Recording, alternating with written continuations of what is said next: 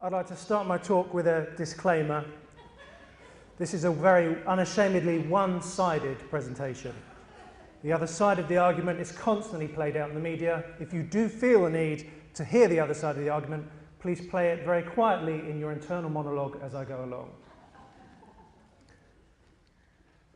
When people think of CCTV or surveillance, the image that sums up surveillance, most of them, is the CCTV camera.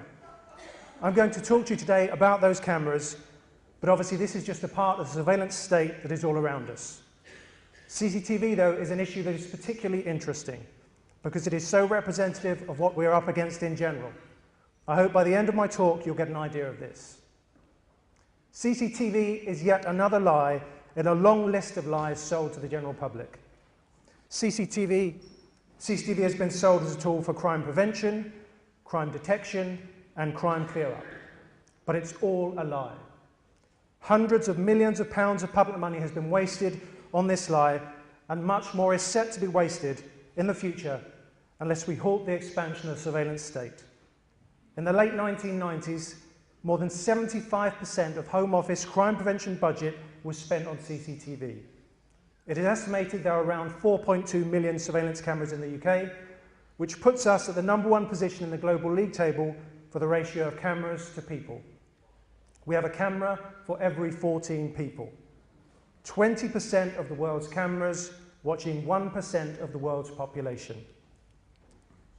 Yet, only 2.4% of the British public has a criminal record, and a minuscule 0.6% of Britons have received a custodial sentence for committing a criminal offence.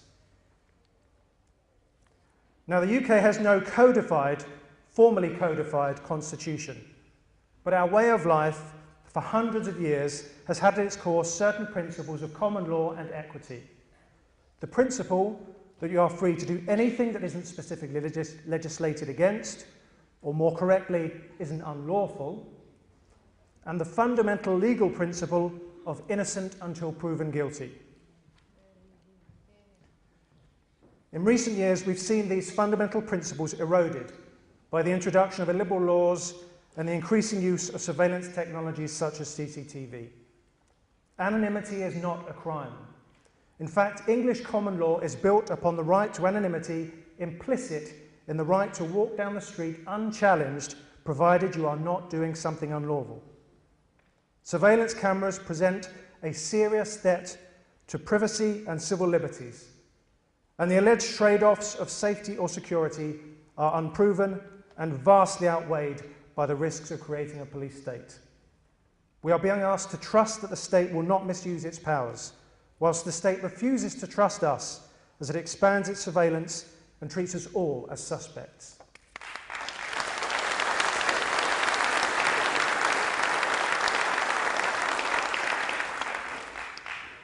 But if you've done nothing wrong, you've got nothing to fear, right? That suggests that law-abiding citizens do not need or deserve their right to privacy. Surely law-abiding citizens deserve privacy the most.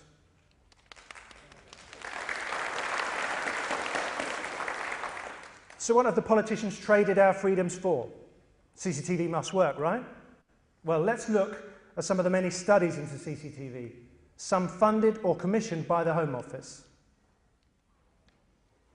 Home Office Police Research Group 1992 found that public acceptance is based on a limited and partly inaccurate knowledge of the functions and capabilities of CCTV, and that respondents referred to television programmes such as Crime Watch as their source of information about CCTV. University of Wales Violence Research Group, Cardiff 1999, found in a study that this study provides no evidence of a deterrent effect. Local Government Studies 1999 found that CCTV may actually undermine the natural surveillance in towns and communities. The result may be a further spiral of social fragmentation and atomisation, which leads to more alienation and even more crime. Home Office Study 252, 2002. it was found that CCTV had no effect on violent crimes from 5 studies. Cambridge evaluation of the effects of CCTV on crime, 2007. The Cambridge evaluation is consistent with prior research in showing no significant desirable effect of CCTV on crime in city centres. In September 2007, members of the Greater London Assembly produced a breakdown of London boroughs, the number of cameras in each compared to the crime clear-up rates. When plotted on a graph, as you can see here, you'll see that the statistics show there is no correlation between the number of cameras and the crime clear-up rate.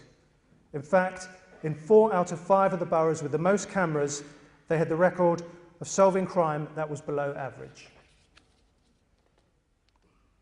The Campbell Collaboration Report into CCTV 2008, part funded by the National Policing Improvement Agency.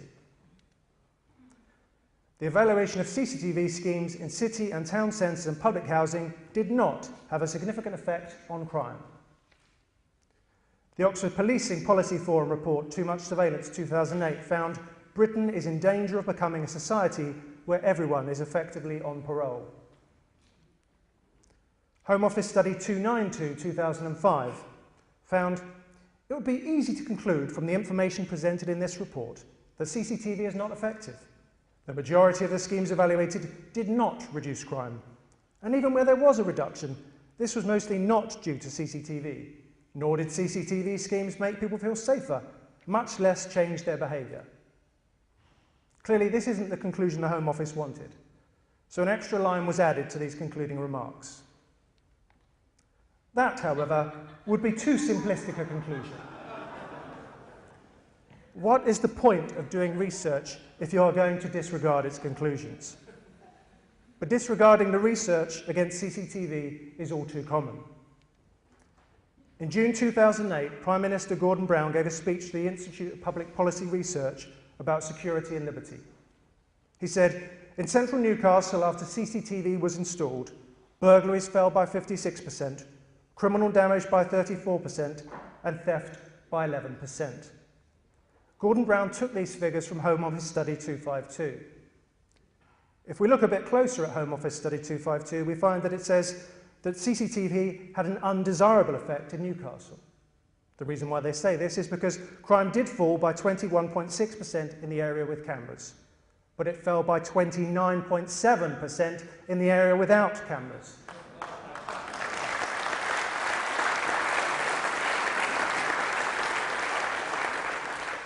Not a single journalist reported this fact.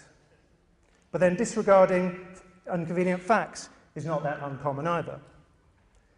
In Oxford, the Oxford Mail reported on the 19th of April this year, 2 months after cameras were installed in East Oxford, on a report called Cowley Road Crime Falls Under CCTV's Gaze. They said, figures obtained by the Oxford Mail under the Freedom of Information Act showed that there were 150 crimes on the Cowley Road in the first 2 months of operation. That was a drop from 166 over the same time last year.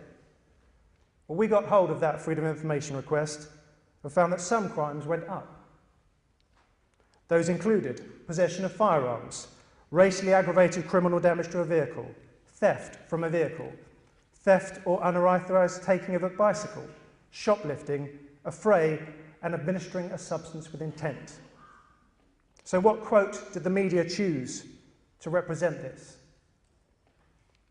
They spoke to Jan Bartlett, a local trader, who, completely disregarding the crimes that went up, said, the results are better than we could have imagined. Our area is now safer for my staff and all members of the public, including the Tops using Mansell Gardens play area, where the fall in used needles and condoms, as well as the improved crime statistics, has improved the quality of life. So, the successes are massively overstated, the failures are disregarded, and where CCTV shouldn't even be part of a strategy, it has become the strategy. In 2007, the Home Office and the Association of Chief Police Officers published a national CCTV strategy that lays out an agenda for the future of CCTV. In that strategy, they stated, anecdotal evidence suggests that over 80% of the CCTV footage supplied to the police is far from ideal. So, did the strategy suggest rolling back this costly failed experiment?